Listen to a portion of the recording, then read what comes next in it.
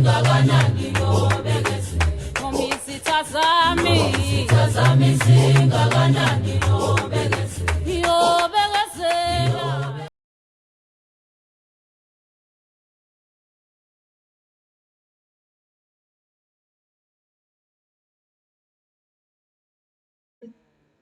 Ugogo Mseleku lo okhulumayo niyamazi njalo phela ugogo ukuthi mangabe suke sekhuluma usuke endizela nezinto ezinhle ezibalulekile kakhulu ngaso sonke isikhathi.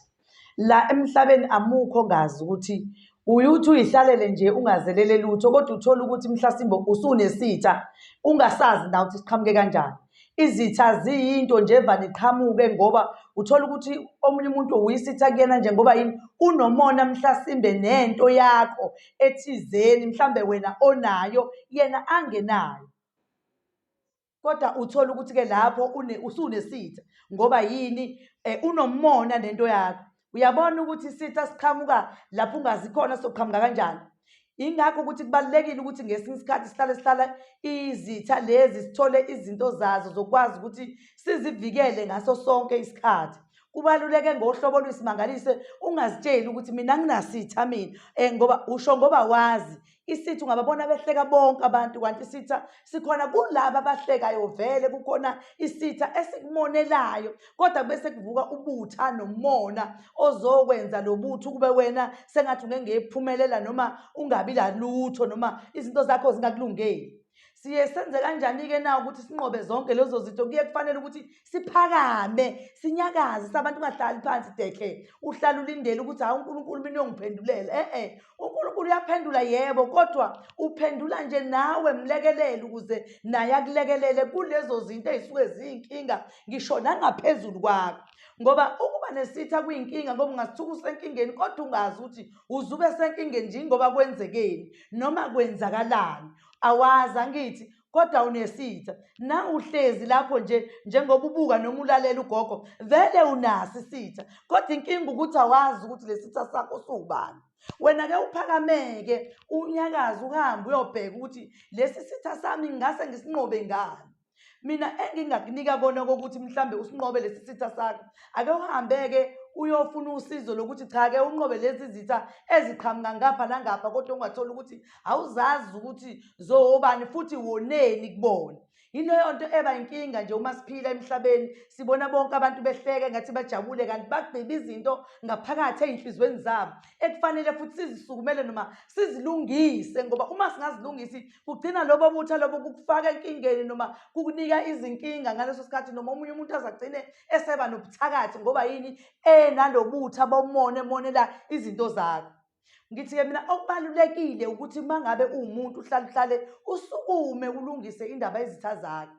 Ugogo Mseleku unayo imithi yezitha kodwa lo engizokhuluma ngawo njengamanje ngikhuluma ngolunye uhlobo lomuthi oluhlukile. Lo muthi lo izitha zakho makukuthi unezitha uyakwazi ukuthi uthole umuthi wokuthi uzikhafule zonke izitha zakho. Uyabona lento ukuthi ihamba kanjani? Lo muthi wakuvana usakazeke same time ngoba phela mawukhafula kuhamba nomoya okusho ukuthi uthumeleleka ezitheni zakho zizonke. Angithi uyayibona lonto ukuthi phela into mangabe uyikhafula isuke izohamba nje isakazeke nomoya.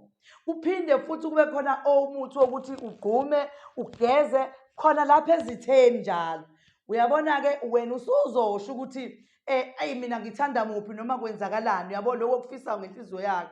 Ugogo usezokwenzela lokho bese yakutshela uma usufona ukuthi imalini noma uyafona noma ngabe ufonela umsizi wami ubuza ukuthi hayibo wena umsizi kagogo na bengicela ukuthi ngizwe ukuthi ngase kube mhlawumbe mali kodwa uqaphele ukuthi uyena ngempela. Uma kuwukuthi awukholelwa kahle engcono ufuna ukuzwa nje izwi lami ngingakhuluma noma ngabe kuthiwa ngibhizi ngithi hayi imina ngikhona ulalele wena bese uqhubeke nenkulumo ngoba sigwemani ubugebengu lobo buhamba njalo bese besilandela ngemuva nathi izitha zethu nathi nazo ezisuke zisilandela ngemuva ngoba mukho phela umuntu ongenasisitha njengoba ngisho nje ngoba ubone kulandela ngemuva nje ufuna ukuntshontsha izinto zakho zonke nabantu bakho yingoba vele kusho ukuthi useyisitha kuwena.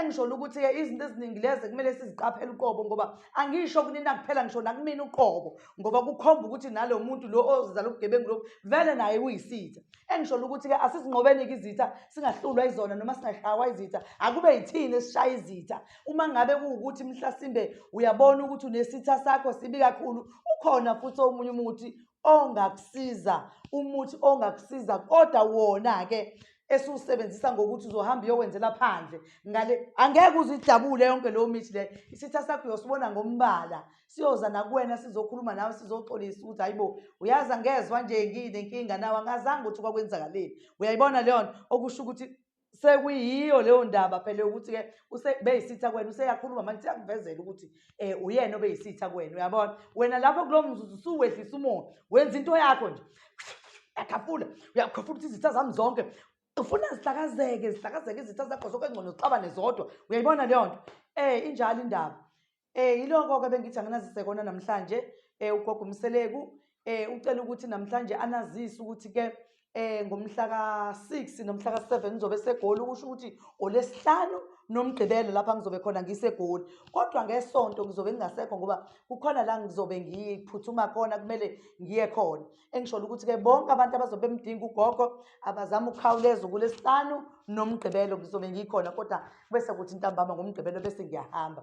Engisholo ukuthi-ke bakwethu ningasali ngephutha niphakame njalo njalo nimlandele ugogo ngoba uza nezinto ezimnandi kunina. Siyathokoza makhosi amakhulu, siyabonga.